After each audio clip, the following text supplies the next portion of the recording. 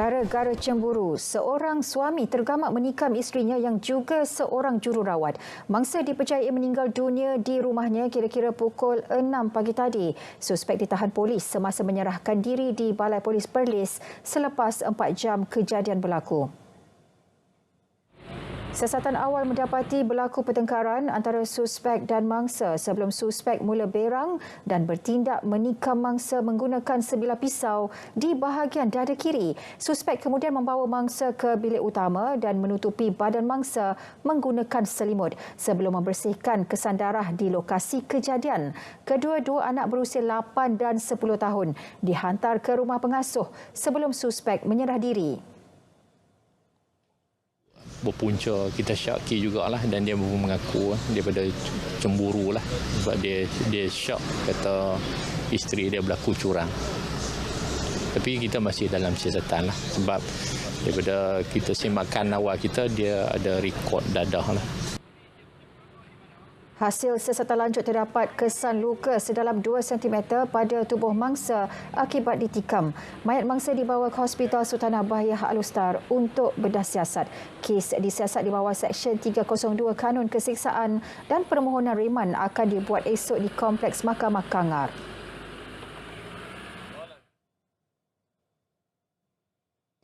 Situasi banjir di Kedah semakin pulih. 2 lagi pusat pemindahan sementara di daerah Pokok Sena dan sebuah di daerah Kubang Pasu telah ditutup hari ini. Sehingga pukul 4 petang tadi, seramai 964 penduduk masih ditempatkan di 9 PPS di daerah Baling dan Kota Star.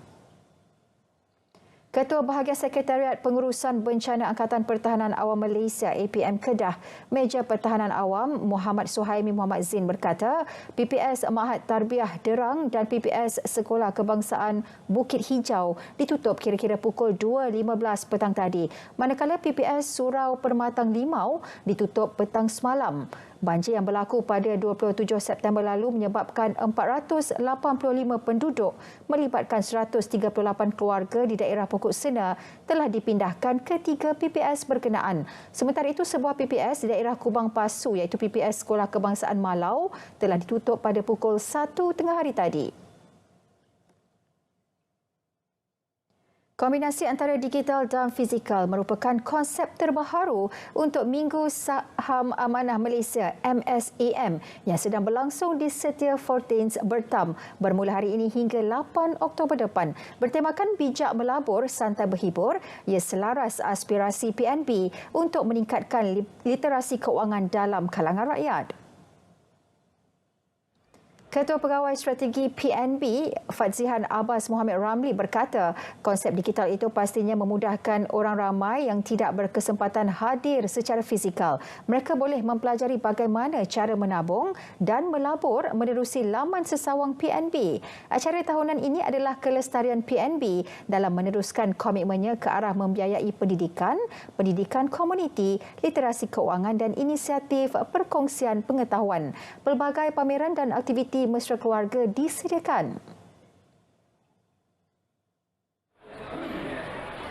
Baru ialah kita ada konsep di mana kita kombinasi di antara digital dan fizikal, ya, di mana kalau untuk fizikal orang-orang di sini boleh datang dan di digital orang di seluruh Malaysia boleh datang ke Minggu Saham tahun ini. Sila ajak kawan-kawan, keluarga untuk datang ke Minggu Saham. Ada pelbagai aktiviti untuk semua lapisan masyarakat. InsyaAllah datang boleh mengenali PNB, SNB, syarikat-syarikat PNB dan juga melibatkan diri dengan aktiviti yang sangat-sangat menarik di sini. Tambahnya, lokasi Bertam dipilih berikutan tempatnya yang strategik berada di tengah-tengah antara negeri Kedah dan Perak untuk memulakan penduduk sekitar utara. Pengunjung yang berdaftar dengan PNB Events App berpeluang memenangi pelbagai hadiah menarik bernilai hampir 1.4 juta ringgit, termasuk rumah teres setingkat di Setia Fortins, Pulau Pinang, kereta, motosikal dan pelbagai hadiah lain.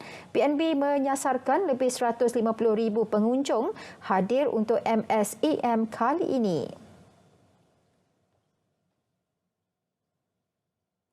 Perak bakal menjadi kelompok negeri dengan peratusan tertinggi jumlah penduduk warga emas di Malaysia, justru menerusi program santunan kasih Perak yang digerakkan Sekretariat Pembangunan Wanita dan Masyarakat SPW. Kerajaan negeri telah membuat perancangan yang rapi dari segi infrastruktur dan ekosistem. Konteks penjagaan warga emas diangkat sebagai industri keusahawanan sosial bagi mendepani cabaran itu. Ikuti laporan wartawan Saiful Airi Sabirun. Berdasarkan statistik Jabatan Perangkaan Malaysia DOZEM, Perak mencatatkan 13.4% kependudukan warga emas 60 tahun ke atas dan angka itu dijangka mencecah kepada 15% menjelang 2030. Daerah Kampar, Kinta, Larut, Matang dan Selama mencatatkan bilangan tertinggi. Program santunan kasih ini fokus kepada penjagaan profesional warga emas dan juga menyediakan latihan kepada caregiver ataupun penjaga warga emas. Kita nak supaya mereka yang menjaga warga emas ni dia kena ada special treatment. Dia kena tahu bagaimana nak jaga warga emas. Bukan boleh nak tarik macam tu ke apa semua kan.